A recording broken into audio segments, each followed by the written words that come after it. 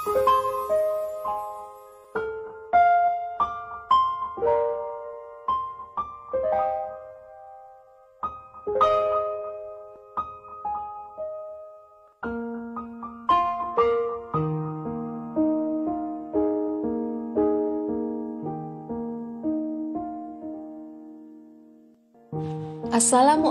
warahmatullahi wabarakatuh, Sobat Pejuang Jalanan semua. 10 November 1945 adalah merupakan sebuah momen yang amat bersejarah serta berharga bagi kita bangsa Indonesia, di mana pada saat itu kita bisa mengenang kembali bagaimana perjuangan dan juga aksi heroik arek-arek Surabaya yang dengan gagah berani berjuang melawan tentara sekutu untuk mempertahankan kedaulatan negara Indonesia, khususnya kota Surabaya. Pertempuran berdarah ini merupakan pertempuran pertama pasca kemerdekaan. Pertempuran yang berlangsung selama kurang lebih 3 minggu ini menelan sekitar 6.000 korban jiwa, yang diantaranya adalah tentara dan juga rakyat Surabaya. Pertempuran ini dipicu oleh sejumlah hal, diantaranya terjadinya kekalahan di pihak Jepang. Kemudian rakyat mendesak agar para tentara Jepang untuk segera menyerahkan semua senjatanya kepada Indonesia. Dari sini muncul banyak pertempuran di berbagai daerah yang menelan korban jiwa. Pada saat yang bersamaan, tentara Inggris mendarat pada tanggal 25 Oktober 1945 di Surabaya, yang tergabung dalam AFNEI atas keputusan dan nama blok sekutu, guna untuk mengangkut tentara Jepang yang sudah kalah perang. Akan tetapi rakyat Surabaya tidak percaya begitu saja akan kedatangan mereka. Bung Tomo termasuk orang pertama yang tidak percaya dengan apa yang disampaikan oleh pemerintah melalui Amir Syarifuddin, bukannya tanpa alasan, karena sebelumnya yang telah terjadi adalah hal serupa, sehingga pihak sekutu ternyata membawa misi rahasia. Menjelang kedatangan tentara Inggris di Surabaya, Dr. Mustopo yang pada saat itu menjadi Menteri Pertahanan Republik Indonesia mengajak rakyat Surabaya untuk bersiap-siap perang dengan pasukan Inggris. Selain itu, misi kedatangan tentara Inggris juga untuk mengembalikan Indonesia kepada administrasi pemerintahan Belanda. Nika ikut membonceng bersama rombongan tentara Inggris. Tentu saja hal ini memicu gejolak rakyat Indonesia untuk melakukan pergerakan perlawanan melawan tentara. Bung Tomo adalah salah seorang tokoh yang sangat menolak semua keinginan Malabi, seorang utusan sekutu yang membuat perundingan dengan pihak Indonesia yang dilakukan pada tanggal 26 Oktober bertempat di Gedung Kayun, ex-gedung konsulat Inggris. Selain Bung Tomo, turut hadir juga Presiden Sudirman, Ketua KNI Dul Arwono, Wali Kota Rajamin Nasution, dan HR Muhammad Mangundiprojo dari TKR. Hasil kesepakatan tersebut, pasukan Inggris tidak akan disusupi oleh Belanda.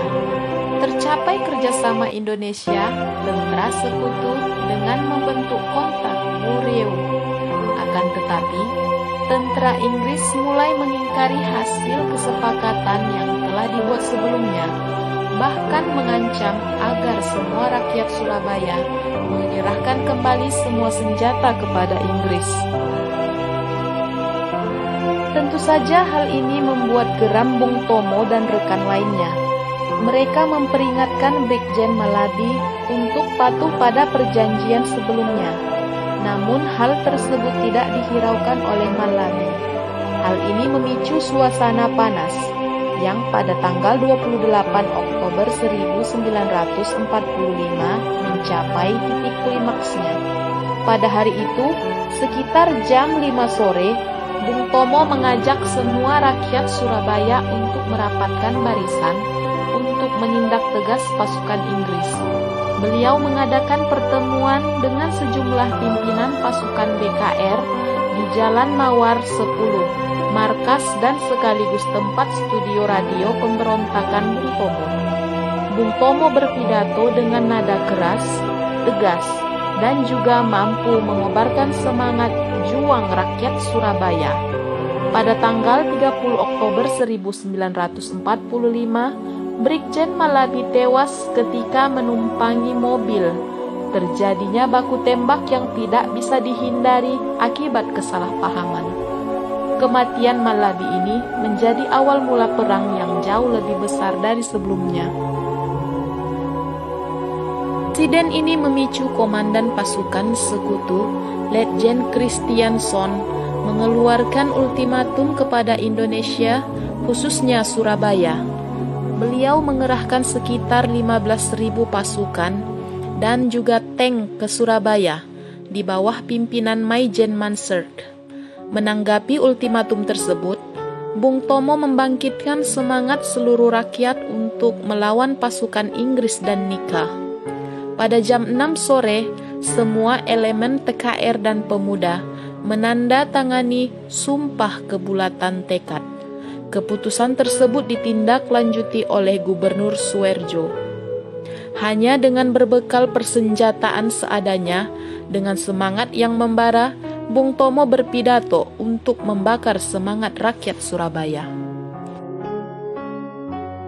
Hal lain yang memicu pertempuran pada tanggal 10 November 1945 adalah terjadinya insiden bendera di Hotel Yamato, Surabaya, di mana pada saat itu pimpinan Belanda bernama M.R. Plukman mengibarkan bendera kebangsaan Belanda di atas Hotel Yamato. Tentu saja hal ini memicu kemarahan arek-arek Surabaya karena dianggap telah merendahkan kedaulatan serta kemerdekaan negara Indonesia yang mana telah diproklamirkan pada tanggal 17 Agustus 1945.